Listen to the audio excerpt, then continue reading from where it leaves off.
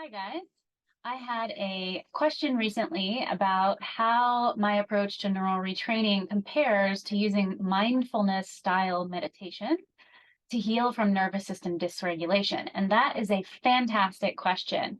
I'm going to give you my best answer, and some of it's based on my own experiences, some of it's based on the research, some of it's based on working with a lot of clients who have meditated in that style for years, if not decades, without resolving their nervous system dysregulation. So let's dive into that. There are absolutely benefits to mindfulness style meditation, including decreasing overall arousal in the brain, sometimes for some people, which is very helpful for people with nervous system dysregulation if it can be achieved. And if we're focused on present moment awareness of our bodies, it can really help us to ground and come down out of the overthinking monkey mind. That being said, in my experience, learning to do this effectively usually takes a long time and lots of practice for most people to get to the point that it does do that for them. What I find is that most of the people I work with just get lost in their monkey mind during meditation for very long periods of time. And since most people with dysregulated limbic systems are mostly going to be focused on things that make them feel stressed or threatened, the stress response in the brain and autonomic nervous system and body may actually go up. And I've seen that over and over and over again. A lot of people with very dysregulated nervous systems actually report feeling more anxious while they attempt this particular style of meditation. And this is likely why. In addition, a lot of our clients with nervous system dysregulation and chronic illness feel very scared of or anxious about their own symptoms, as well as completely innocuous body sensations. So many folks who try to focus on their breath often start to panic as they notice their breath, and they worry if they're breathing correctly or if something is wrong with their breathing.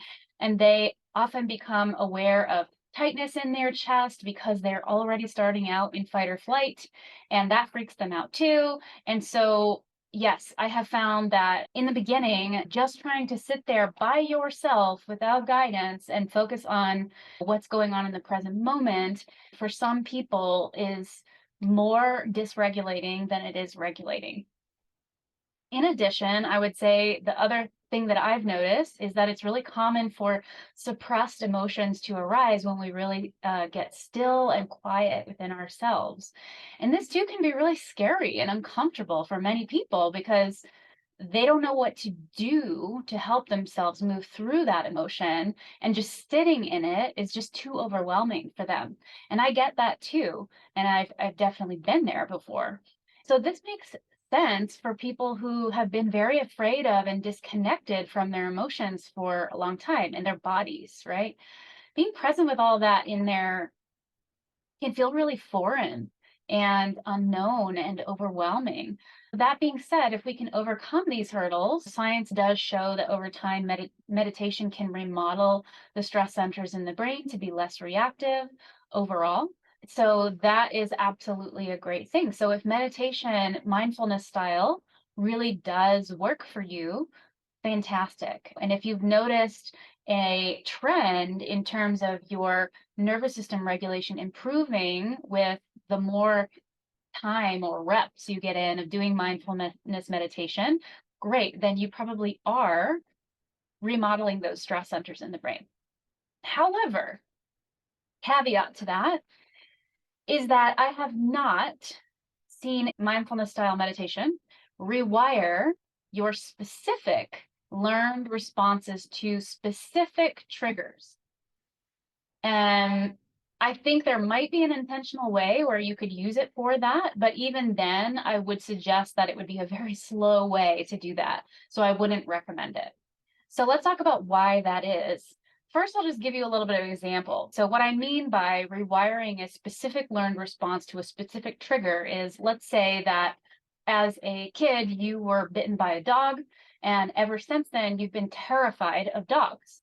You practically have a phobia of dogs, right? So every time you then get close to a dog, your body goes immediately into panic mode.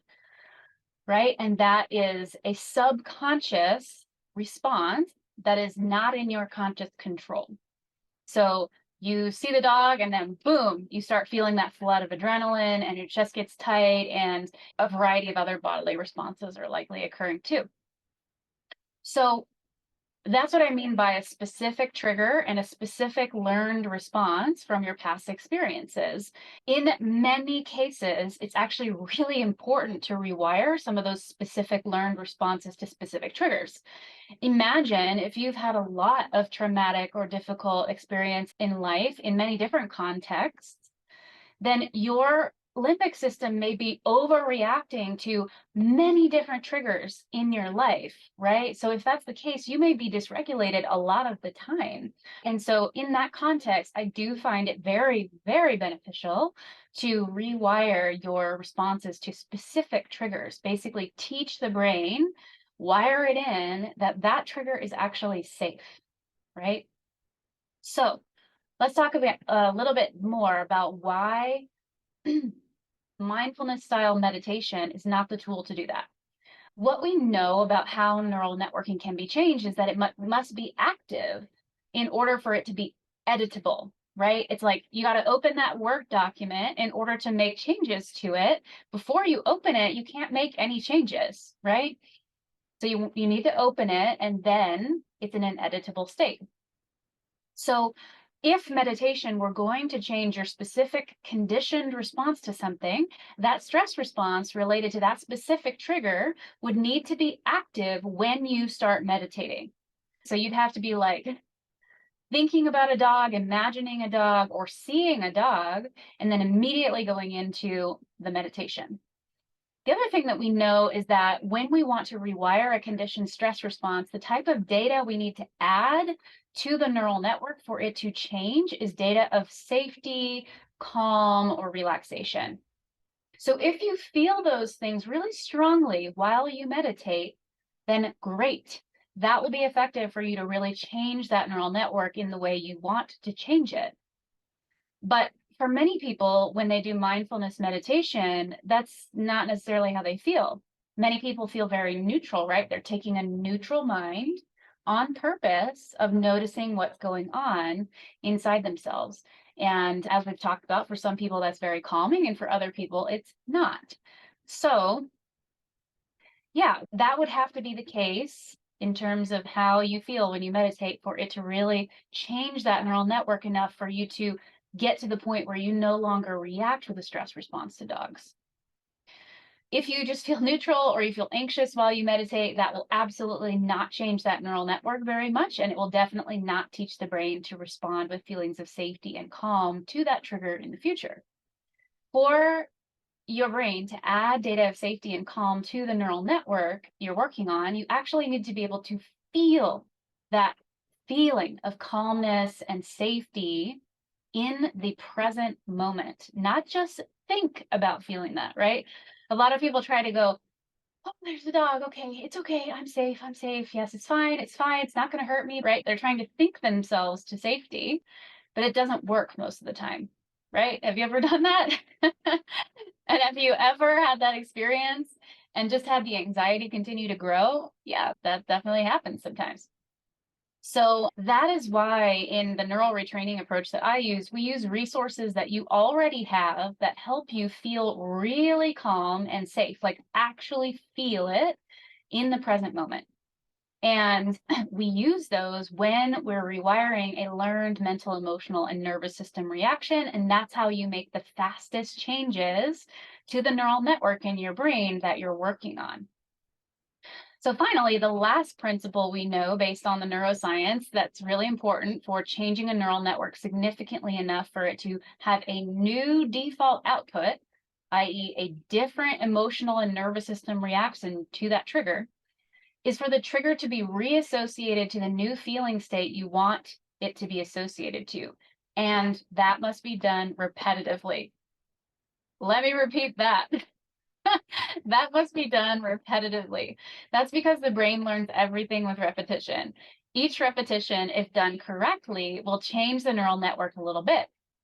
With many repetitions, you can have a whole new neural network with completely different neural connections and a completely different output. So if that were the dog, what would happen after you do a number of short repetitions of thinking about a dog, imagining a dog is in the room with you, seeing a dog, whatever the way is that you're going to bring that neural networking into activity, then you do the thing that makes you feel really, truly calm and safe, really powerfully. And then you go back and you do another repetition of exposure in your mind or in reality to the dog, and then another round of safety. And you just go back and forth like that until you get to the point where you can think about, imagine, and be in the presence of a dog and have no stress response, actually just feel calm and safe. And that's what I mean by creating a new default. It means that without trying, in the presence of a dog, you now feel totally fine and normal. And yes, that is absolutely possible. And I have done it with people very, very quickly. Actually, phobias are one of the easiest things to rewire with neural retraining, which is pretty cool. I'll give you one other example. Let's say you're working on anxiety, you feel about your own bodily symptoms. When this happens, you start thinking anxious thoughts like, what does it mean that I'm having this symptom? Am I dying? Is something serious happening? Do I need to go to urgent care or the ER? And then you feel this tightness in your chest and a pit sensation in your stomach. And if you were to sit down to meditate at that moment when all that is going on, if you were an experienced meditator, you might be able to calm down that overreactive state and embody a feeling of calm and safety. However, most newbies who haven't been meditating daily for years are not able to achieve that. Instead, they will feel even more freaked out by being present with their body sensations and just continue to have ruminating, intrusive, anxious thoughts pop into their meditating mind, causing their limbic system to continue to feel unsafe about those bodily sensations. The more times that happens, that actually reinforces that the bodily sensations are unsafe if you don't adequately interrupt it with signals of safety. So that's a big problem when it comes to neural retraining. It's taking you backwards, not forwards. So if, however, you are experiencing all of this anxiety about symptoms, and then you choose to use your body and mind in ways that actually feel safe to you, I'll give you an example. Let's say whenever you were at grandma's house as a young person, you felt like so incredibly safe and so happy and relaxed, so loved, all these good things. One style of pattern interrupt could be to use that memory. I wouldn't suggest using it on its own. Oftentimes you want to combine a visual type of interrupt with a kinesthetic interrupt and maybe even an auditory interrupt as well. But that could be one type of resource that you might use to access those really strong feelings of safety. So then you would just go back to noticing the sensations in your body, and then doing another round of an interrupt that makes you feel really, really good. And it can actually be a pretty quick and enjoyable process. A lot of people avoid working on these things in themselves. They think it's going to be a slog and it's going to be hard. But if you use the right resources and you don't hang out very long in that part that feels uncomfortable, you just stay there long enough to notice whatever is going on with your trigger reaction, it can be actually kind of fun. We help our members in Wired for Wellness have a ton of fun as they rewire a lot of different things. I mean, there are different ways to do it. Sometimes people, what they need most is just really, really relaxing interrupts because they're so high up in fight or flight. But we also have people that are in freeze and they actually need things that are kind of active and stimulating and really fun. And those things are really powerful for them. So I hope that that makes sense. This is why we use the tools that we do in the Wired for Wellness program, because every one of us that formed this program, we have all tried meditating and we have all tried it diligently for significant periods of time. Actually, one of us was a devout meditator for over a decade, and she still had many different stress patterns that did not change. Her responses to her biggest triggers did not change. And she was still actually quite dysregulated when she found neural retraining. And so the meditation practice also did not improve her physical symptoms. They actually got worse over the years while she was meditating. And the dogma in the community she was in was just that if things haven't improved for you yet, you just need to meditate more and be more committed. And one day you'll get that relief. And that is not a satisfactory prognosis for any of us, because we now know that change does not have to come that slowly. So I hope that that helps those of you out there who just haven't tried neural retraining yet, don't really understand what it's about, don't understand how it works, and really some of you may actually think it's the same as meditation. So I hope you enjoyed this, and thanks for listening.